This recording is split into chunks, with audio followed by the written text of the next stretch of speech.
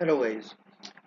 तो आज हम एनालिसिस अपना कंटिन्यू करते हैं। कल के वीडियो में अगर आपने देखा हो तो मैंने निफ्टी का एनालिसिस जो किया था वो विदाउट ईओडी का, जो एंड ऑफ द डे जो ऑप्शन एफएनओ का डेटा आता है, एफआईडीआई प्रो एंड क्लाइंट्स का, वो नहीं था। फिर भी हमने एनालिसिस किया था और वो हमारा सही साबित हुआ। मार्केट में बियरिश पोजीशन बन रही थी कुछ इन द मनी के अंदर, और ऑप्शन चेन के हिसाब से हमें बियरिशनेस दिख रही थी। तो वही हुआ आज। आज ओपन थोड़ा गैप डाउन हुआ मार्केट 813 के आसपास, 812 के 13 के आसपास, और वहीं पर लगभग सेम ही हाई बनाया है। निफ्टी ने कोई हाई चेंज नहीं किया, मतलब ओपन हाई ऑलमोस्ट सेम था और लो एंड क्लोज भी ऑलमोस्ट सेम ही है। तो हम अब 30 मिनट के चार्ट पर देख लेते हैं क्या हुआ है। निफ्टी मॉर्निंग से ही डाउन ट्रेंड में थी और वो डाउन ही रही by end of the day तक भी। और अभी जो सपोर्ट या रेजिस्टेंस बनता है वो क्या कहाँ बनता है? जो सपोर्ट बनता है वो 14,600 के समथिंग बनता है, और उससे थोड़ा सा नीचे अगर हम जाए तो 14,500 के आसपास। मतलब 14,600 से 14,500 के बीच में हमें एक सपोर्ट एरिया दिखता है। ओके। ये तो निफ्टी का एक सिंपल सा, क्योंकि इसके अंदर कुछ और नहीं है कि ऐसा कोई ब्रेकआउट या ब्रेकडाउन वगैरह दिया हो, तो वैसा कुछ नहीं कंप्लीट किया। यहाँ पर डब्ल्यू बना रहा था निफ्टी पर, वो फेल हो गया है। तो अब हमें ये ध्यान रखना है कि जब तक इस वाली जो अपर लाइन है जो कि 875 के आसपास बनती है, लगभग 900 के हम साथ मान सकते हैं, 14,900 के लेवल को जब तक हम क्रॉस नहीं करते तब तक हमें कोई बुलिशनेस नहीं देखने को मिलेगी अच्छी वाली। मतलब बुल्स की पावर वहां पर जाके खत्म हो रही है और इस रेंज के अंदर अब मार्केट टिक रहा है। अगर हम थोड़ा सा बड़े टाइम फ्रेम पे देखें तो 2 आवर के अगर चार्ट पर देखेंगे तो हमें देखने को मिलेगा कि इस वाले एरिया के अंदर निफ्टी में बहुत ज्यादा ट्रेडिंग हो रही है और यहाँ पर वो रुक रही है। कौन से एरिया में? ये 14,500 से लेके 14,800 14,900 तक। अगर आप ये देखोगे तो ये 2-3 दिन कंसोलिडेट हो रहा है, 2-3 2-4 दिन 5-5 दिन। तो इस तरीके से यहाँ पर एक कंसोलिडेशन चल रहा है। और अब अगर हम थोड़ा बड़ा चार्ट 2 आवर का चार्ट है तो इसके अंदर भी देखें तो यहाँ पर भी जो ये 14,900 के समथिंग का एरिया है, ये रेजिस्टेंस इसमें भी है ही। अब हम चलते हैं ऑप्शन चेन की तरफ। ये ऑप्शन चेन हमारी निफ्टी की ऑप्शन चेन है। इसके अंदर अगर हम सबसे पहले रेजिस्टेंस की बात करें तो 15,000 का रेजिस्टेंस बहुत ज्यादा स्ट्रॉन्ग बन चुका है अब। और उसके अलावा जो रेजिस्टेंस है वो 14,800 का है।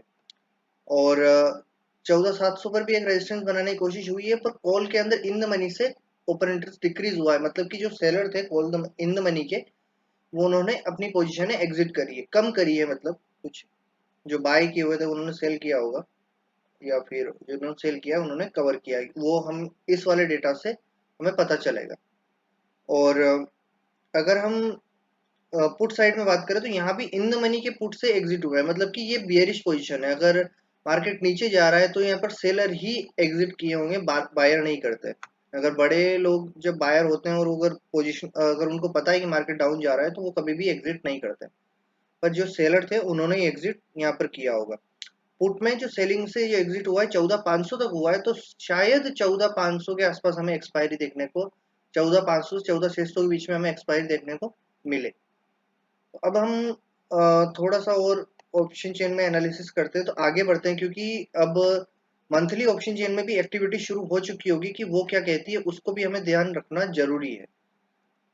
तो वहां पर भी मंथली ऑप्शन चेन के अंदर 15,000 का तो एक अच्छा रेजिस्टेंस है, साथ में 14,800 पर भी एक रेजिस्टेंस है। 14,700 और 14,500 पर बहुत स्ट्रॉन्ग सपोर्ट बना हुआ है। 14,500 और 14,700 पर। तो ये कम्युलेटिव ओपन इंटरेस्ट हमें देखना होता है सपोर्ट और रेजिस्टेंस के लिए। और अगर हम ओटीएम की बात करें, थोड़ी सी दूर जाते हैं तो 16,000 की पुट के अंदर राइटिंग चल रही है। मतलब कि यहाँ पर ओपन इंटरेस्ट बिल्डअप हुआ है। ये जो ओपन इंटरेस्ट बिल्डअप हुआ है, ये किस प्राइस पर हुआ है ये हमें देखने से मिल जाएगा जब हम हिस्टोरिकल डेटा के अंदर जाएंगे। तो क्योंकि ये देखना जरूरी है, हिस्टोरिकल डेटा अगर हम देखेंगे नहीं, और in the money D in the money के अंदर क्या चल रहा है अगर वो हम नहीं देखेंगे तो हमें मार्केट की डायरेक्शन मिलना मुश्किल रहेगा। कल भी हमने इन द मनी देखा था और आज क्या हुआ है मार्केट में आप देख सकते हैं। अब हम ओटीएम में भी देखें तो 16,000 के कॉल तक अच्छा खासा ओपन इंटरेस्ट बिल्डअप हो रहा है कॉल के अंदर भी, मंथली ऑप्शन चेन में। और अगर हम इन द मनी पुट की बात करें तो इधर भी ओपन इंटरेस्ट अच्छा खासा sorry, in the money call की बात करें तो इधर भी ओपन इंटरेस्ट अच्छा खासा बिल्डअप है, पर यहाँ पर कोई नई पोजीशन नहीं बनी है। और इधर जो है वो 13,500 की तरफ। तो यहाँ पर दोनों साइड से एक राइटिंग चल रही है और एक रेंज में रखने की कोशिश हो रही है। अब ये जो पोजीशन है ये किस जगह पे बनी थी वो हम देख लेते हैं। हिस्टोरिकल डेटा पे क्लिक करेंगे तो 1 मंथ का जो हिस्टोरिकल डेटा है वो दिख जाएगा हमें। 1 मंथ के हिस्टोरिकल डेटा के अकॉर्डिंग जो इसके अंदर जो ओपन इंटरेस्ट बिल्डअप हुआ है वो हुआ है जब ये 1564 पर था। मतलब कि 25 मार्च के दिन इस पुट के अंदर ओपन इंटरेस्ट बिल्डअप हुआ है। बाकी इसमें किसी भी दिन ओपन इंटरेस्ट बिल्डअप नहीं हुआ है।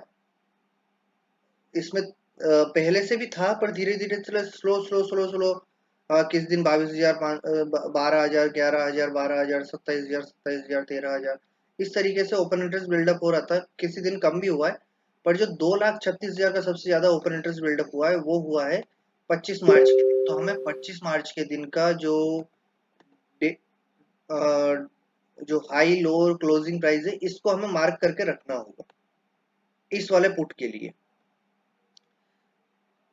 जो हाई है वो 1656 है और लो है वो 1394 है। अगर इन दोनों में से किसी एक लेवल को हम ब्रेक करते हैं, अगर हम नीचे के साइड में ब्रेक करते हैं तो वो मतलब कि सेलर्स ज्यादा एक्टिव है।